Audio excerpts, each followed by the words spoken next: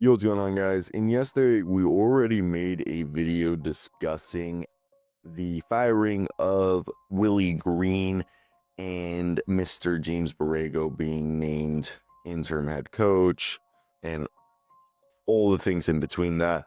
So today we're going to actually discuss kind of an assessment of the head coaching search, as it seems like James Borrego will be the interim coach for the rest of the season, and it'll be an audition for him.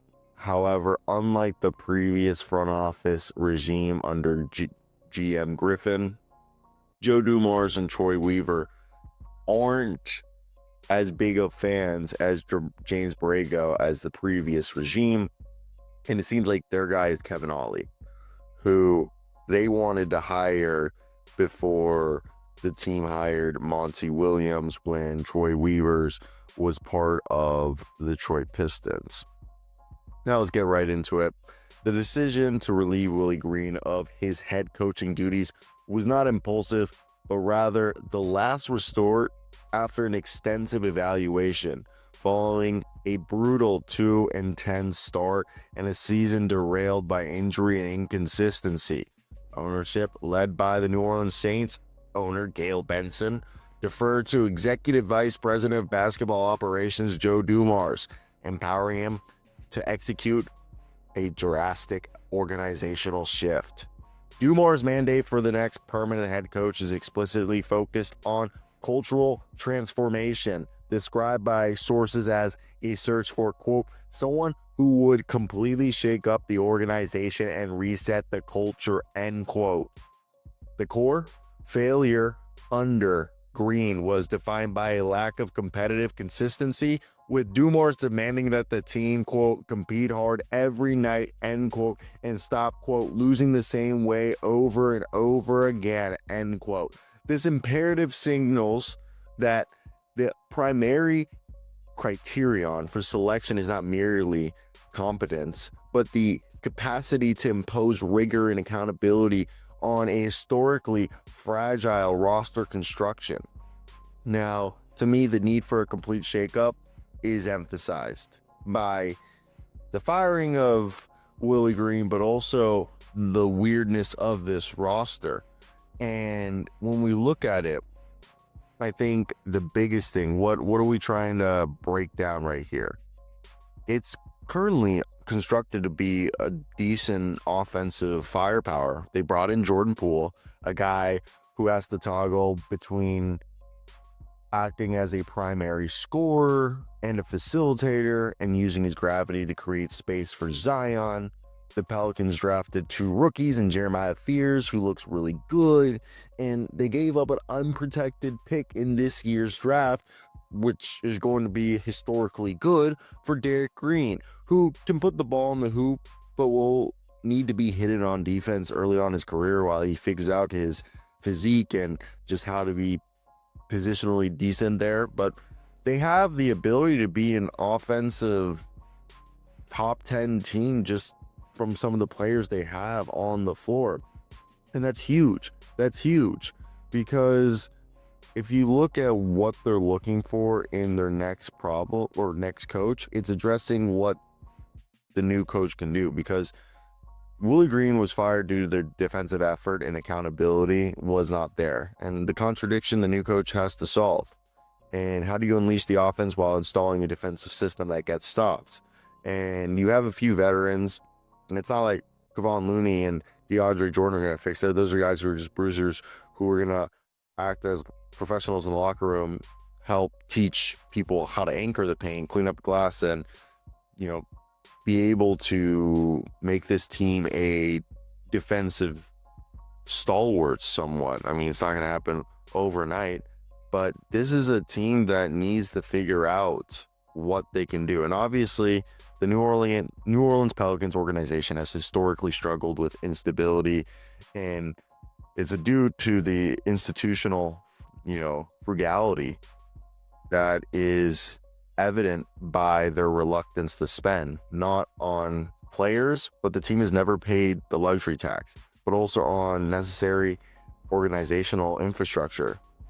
People know that, they are the ugly stepchild of the Saints. And one of the things with this is that Zion Williamson is somebody that they're going to have to figure out. Zion Williamson, is he going to stay on the team?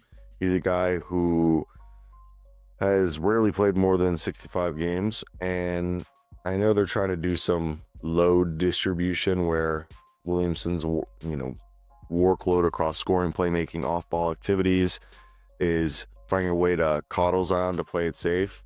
But I know some people will be like, that could be inadvertent.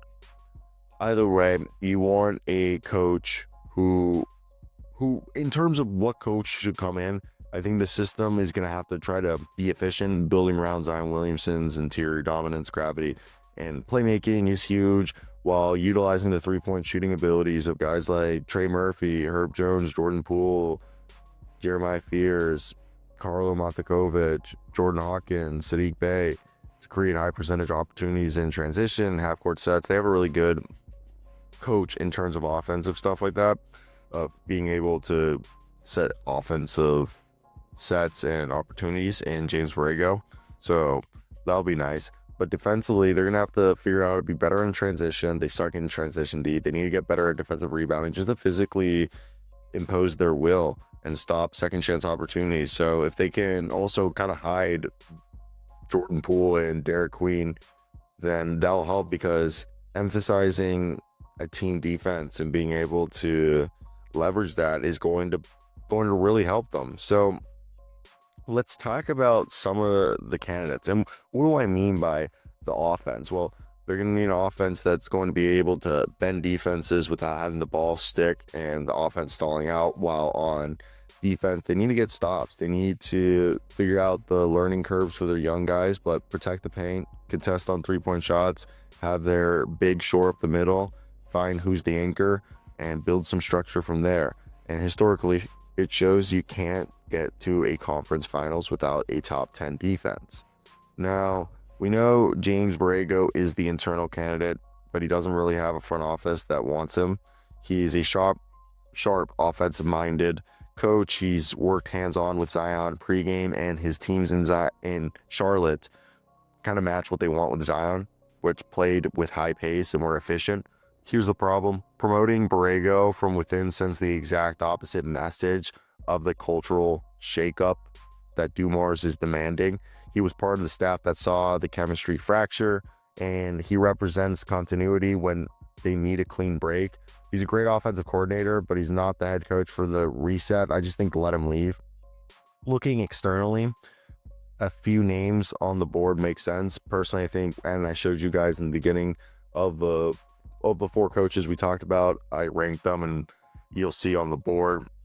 But basically what I was saying was Michael Malone is available, and if he's willing to come, he's the prototype. He's going to be the guy who's a culture setter, and he's trying to get his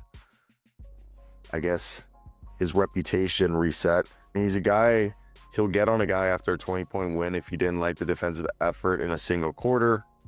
That's the level of accountability we need.